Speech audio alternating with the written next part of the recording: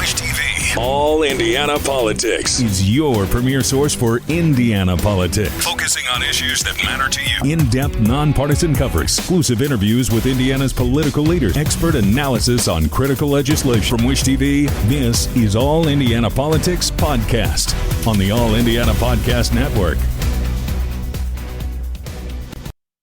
Now, from Wish TV, your local news source, this is All Indiana Politics. Good morning and welcome to All Indiana Politics. I'm Garrett Bergquist, in for Phil Sanchez. Affordability tops Governor Mike Braun's legislative agenda this session. The governor laid out his priorities in his State of the State speech on Wednesday night. The governor faces a short timetable to enact his legislative agenda. State lawmakers plan to wrap up the session by the end of next month. He endorsed a number of Republican priority bills. Here's some of what he had to say. The time is now, and the place is Indiana, and the state of our state is strong.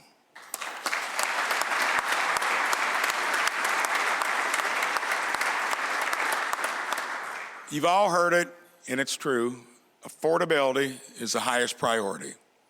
The last D.C. administration unleashed inflation that's still making it hard for families to get by. Spent my life as a job creator.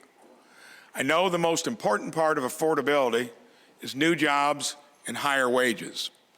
Average hourly earnings for Hoosiers rose over 4% last year, and wages in Indiana are growing faster than the national average. Utility rates are too high. I hear it all the time. Same thing with property taxes a year ago. We did something about it. That's why I appointed a new advocate for Hoosiers to hold the line on utility price hikes.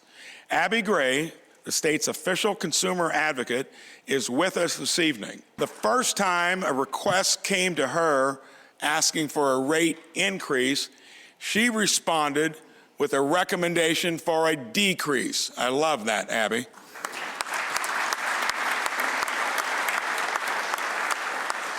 Thank you for partnering with me to protect Hoosiers from utility rate hikes that don't make sense. Affordability is why I support Representative Elena Schunkweiler's bill to hold investor-owned utilities accountable to provide affordable energy before they can increase their profit margin.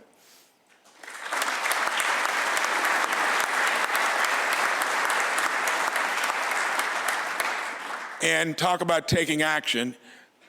When I appointed 3 ratepayer-conscious members, now constituting a majority, to the IURC to make decisions in the public interest to ensure utilities provide service at just and reasonable rates. Let's talk about data centers. Hoosiers are concerned about their electricity rates going up to pay for them. AI is going to be the key to jobs of the future. But data centers can't stick Hoosiers with the power bill. Companies that want big power in Indiana should pay their own way. Just spoke to somebody a bit ago. They're willing to do it. There are too many Hoosiers who can't afford to own a home at all. Home prices have surged because we aren't building enough, and unnecessary regulations are driving up costs. Representative Doug Miller has a bill that will get government out of the way, make it easier for Hoosiers chasing the American dream to buy their own home. I support it 100%. This year, Senator Justin Bush, Representative Martin Carball, and Representative Julie McGuire have proposed pieces of legislation that will keep Hoosiers out of crushing medical debt. We need creative solutions to make health care affordable and protect families from predatory collections to boot. Legislative leaders from both parties say they appreciate the governor's focus on affordability issues. They talked to reporters immediately after the governor's speech. Tonight, the governor said something important. He said affordability is the defining challenge facing Hoosiers. He's right. And let me start by saying this. Thank you for finally acknowledging it. Better late than never. Because Hoosiers have been saying this for a long time. The governor talks about wages and workforce, and we agree. A strong workforce matters. but there is no workforce without childcare. Under this administration, childcare funding was cut. Reimbursement rates were slashed. Providers warned they would have to close. The pleas were ignored, and they closed. Given that Republicans now appear to be going after some of the issues that your caucuses have been talking about for the past few years, do you see this as an opening to enact some of the things that you've been pushing for the last few years? Absolutely. We can begin with our medical debt bill. Senator Kadora has filed that bill the last several sessions, and this session we heard that bill the first week of session in December. That's a sentence I haven't said. We heard that in health the first week of session in the Senate. And that bill now is being carried by Senator Charbonneau, and we heard the same policy points in that bill touted by the governor as positive steps forward for Hoosiers. The governor struck a nice tone today. Indiana's got a fantastic story to tell. I think one of the big focuses was about affordability. We've already been working on that with regard to property taxes. You know, 2/3 of Hoosiers across the state, when they pay their property taxes in May, will pay a smaller bill than they paid in 2025. Also, January 1, our income taxes went down, and they'll go down again to 2.9% in January 1 of 2027. So all those pieces, but also utility bills, housing costs that the House is working on. Got a good bill that we look forward to having over in the Senate. So that's going to help push those housing prices down, which is really, really important here in the state of Indiana. So we're excited to continue to work on those pieces of affordability here in the state. The governor specifically endorsed House Bills 1001, 1002, and Senate Bill 1 in his speech. How much contact are you having behind the scenes with the governor's staff on those bills? I'll just speak on 1001 and 1002. I mean, we work in collaboration with all of our partners on that. So, we keep the governor's office informed and the Senate informed. And on House Bill 1001, the housing, I think the governor noted today, that's a real challenge in our state and across our country. House Bill 1001 seeks to address that, and House Bill 1002 kind of builds on a lot of the work that Representative Soliday and Senator Cook have done on energy affordability and reliance, and so it builds on those two things. So like those are conversations that take place throughout the year as we think about what we can do to serve Hoosiers.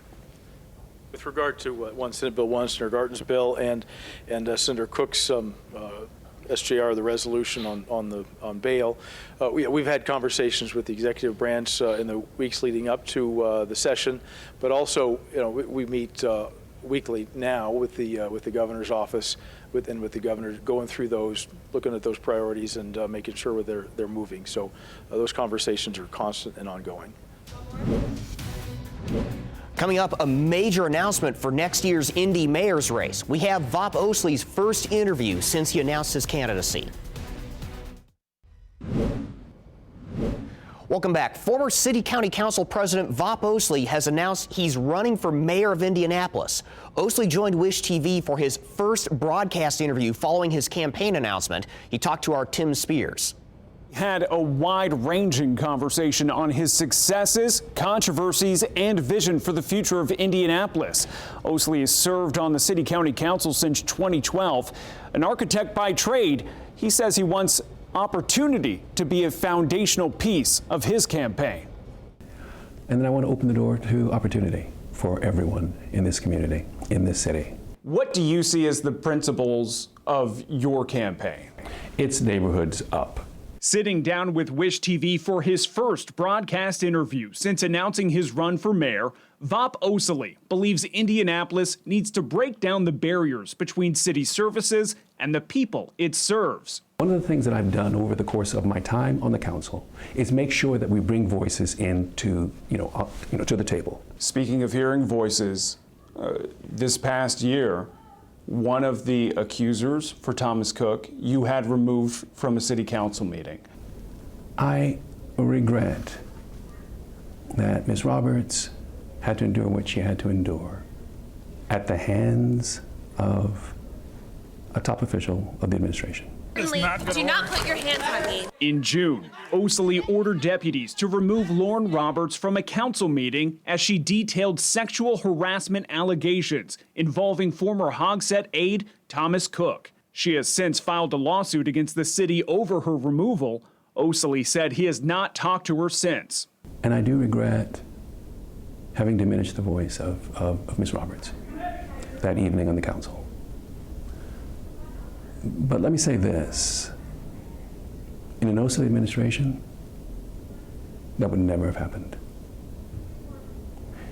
And if it had, I would have fired that individual on the spot. How do you think Hogsett's administration handled the allegations against Thomas Cook? I think that's a question that you need to ask him. Well, what's your opinion? You're running for mayor. I'm running for mayor to be mayor and to make my own decisions. There were multiple city council members who publicly stated Mayor Hogsett should have resigned. Looking back, do you believe he should have? I can't speak for that. I'm not even going to. Voters obviously have their own opinions on it. And maybe they're going to form their opinions on what they think you would do in these situations based on how you think they were handled. No, I think what I do think is I hope they would judge me on what I've said and the very fact of what I would do and where my focus is as I go forward. Osili also didn't want to comment on potential primary opponents, choosing to stay focused on infrastructure, public safety, housing, the quality of life issues he thinks will make the difference in the mayoral race. And what's your message to voters? Message to voters is we live in a city that is magnificent, that is full of people who are passionate, who are kind, and that when we come together, we are unstoppable. Tim Spears for Wish TV and WishTV.com. Coming up, Indiana's best political team assesses the governor's speech and an effort to bring the Chicago Bears to Indiana. The opinions expressed by guests on this broadcast are solely those of the individual speaking and do not necessarily reflect the views or policies of Wish TV. And welcome back to All Indiana Politics as we welcome in two members of Indiana's best political team, Democrat Laura Beck and Republican Mario Masalamany. Welcome back. Thanks. So I want to begin with the governor's State of the State speech. Mario, the governor endorsed several Republican priority bills in his speech. He didn't offer very many of his own policy recommendations. How unusual is that? I don't think that's too unusual. I think because the focus on both the House and the Senate, along with the governor, is affordability. Affordability, affordability, affordability. They're trying to focus on utilities, trying to lower the rates of utilities, focus on health care, and then child care. So those are the three major priorities, not just for the governor, but also for the Republican House and Senate. And I think even the Democrats would agree that those are probably three of the main issues that the General Assembly needs to attack and try to help with Hoosier families. Laura, how much does the compressed timeline constrain both the governor and the legislature's ability to act? Because this session ends in a month and a half.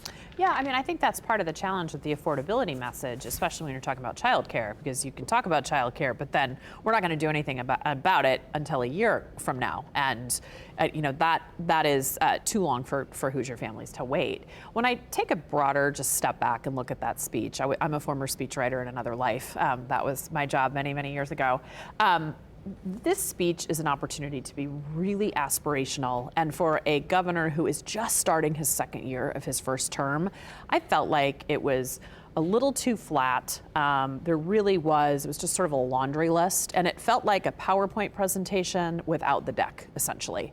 It just did not, I think, it just was so heavy on one-line pieces that there really wasn't anything in there that could be used and repurposed for a viral purpose for like social media or like TikTok or something along those lines. So just from a purely communications political standpoint perspective of it, I felt like it was a missed opportunity for him. Now, you had mentioned the point that Governor Braun spoke and promoted some of the bills from both the House and the Senate, and I think with some of the animosity that happened after redistricting, That's a good point. I think it was a smart thing for him to do, That's a good point. try and bring everyone together by talking about how he's supporting and promoting some of these bills from both the House and the Senate. Now, speaking of the State House, there's now a bill in the legislature to create a Northwest Indiana Stadium Authority, and Governor Braun says he's working to bring the Bears to Indiana. The authors of that bill explicitly have said, more or less, this is specifically about trying to bring the Chicago Bears to Indiana. Laura, how critical is this step, having this bill now actually in the legislature? Oh, I think it's critical. I mean, I think you have to have these vehicles in place by which to accomplish these issues. I mean, and you've seen that over the years with various attracting of sports and sports organizations and the agencies coming. What I think, looking at this too from the perspective is, this is such a win for Northwest Indiana, and it is such a win for Mayor McDermott, the mayor of Hammond. When you think about him, he is one of the best salesmen for his town. He is so incredibly tied in. He basically, lives and breathes Hammond. And I just think it is a win for Northwest Indiana. And it's really an economic engine that would benefit that part of the state. In Indianapolis, we tend to just think central Indiana. But when you get out of central Indiana and you head up to Northwest Indiana, it is such an economic driver, and I think has real broad appeal. Mario, how would you rate the chances at this point that the Bears do in fact move to Northwest Indiana? Unfortunately, I don't mean to be a Debbie Downer, okay? I think the Bears are using this as a mechanism of trying to get Chicago to give them a better deal on a stadium deal. But if you look at the impact of the Pacers going so far in the playoffs, you look at IU and the impact it's having on local businesses, we have to make the play. Oh, right? absolutely. We have to make it. And I am cheering on, our legislature and our governor for trying to get this thing done, because if we are able to get it done, to Laura's point, and we're agreeing on this, it's such a huge economic driver, such a huge win for not just Northwest Indiana, but Indiana in general. To have two NFL teams in the state of Indiana, it would be tremendous. So we got to try. We do, and I think I was working in the Peterson administration and I was not involved in this obviously because I was on the speechwriting side, but when the Colts were thinking about what they were going to do. Were they going to stay in Indianapolis? We're going to do a new stadium. And I remember Mayor Peterson one time saying the psychological blow of getting up and seeing a headline that says the Colts are moving to LA or the Colts are moving elsewhere is something you just don't recover from. And it takes generations to recover from that. So thinking about for Illinois, the psychological boost for Northwest Indiana that would do is really incredible. I do want to move on. We've got about 2.5 minutes left here. Hearings are underway on a bill to create a mayor-appointed Indianapolis Public Education Corporation, and both traditional public schools and charter schools within the IPS footprint would have to take part in a unified facilities and transportation plan. Mario, we heard from many parents at that hearing who did not like the idea of taking all that control away from a locally elected board. Does this go against the principle of local control? I think the idea or the thought process is great, because I think there could be a lot of cost savings, but there is a lot of negative feedback as it pertains to having the mayor have such authority over this. And I do agree with a lot of the citizens voicing those concerns that they don't have as much control. I wish that bill could be tweaked a little bit to allow for other people to be appointed, or other mechanisms to which people can be appointed other than the mayor having full control. And Laura, to that point, some of those parents in the committee testified that they'd like to see that, like perhaps having the IPS board appoint all or part of the members of this corporation. What do you think would be the path forward here? Well, I think when you look at education, and I mean, we're parents, not obviously the same children, but we're parents. When you're a parent, I mean, education is very emotional, and it is an emotional decision because it depends on your child's happiness and their well-being and what their pathway looks like for their future self-sustainability. And anytime we have any kind of change to education, it hits people at a very emotional and visceral level.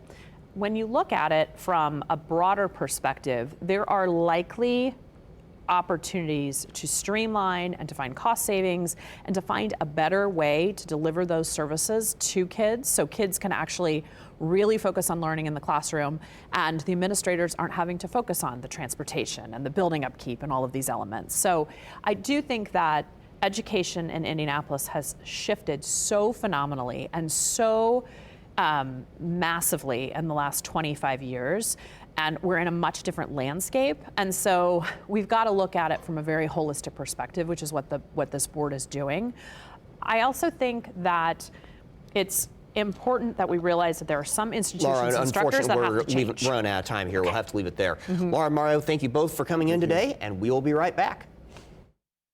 The opinions expressed by guests on this broadcast are solely those of the individual speaking and do not necessarily reflect the views or policies of Wish TV.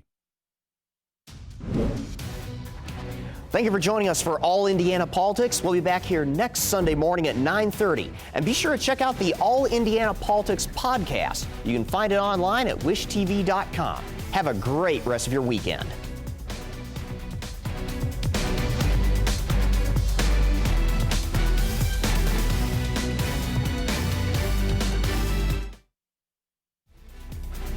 From Wish TV, this is All Indiana Politics Podcast on the All Indiana Podcast Network. Watch All Indiana Politics live Sunday mornings at 9:30 on Wish TV and at wishtv.com. Subscribe to this podcast and listen weekly here on the All Indiana Podcast Network. And be sure to discover even more great podcasts at allindianapodcastnetwork.com.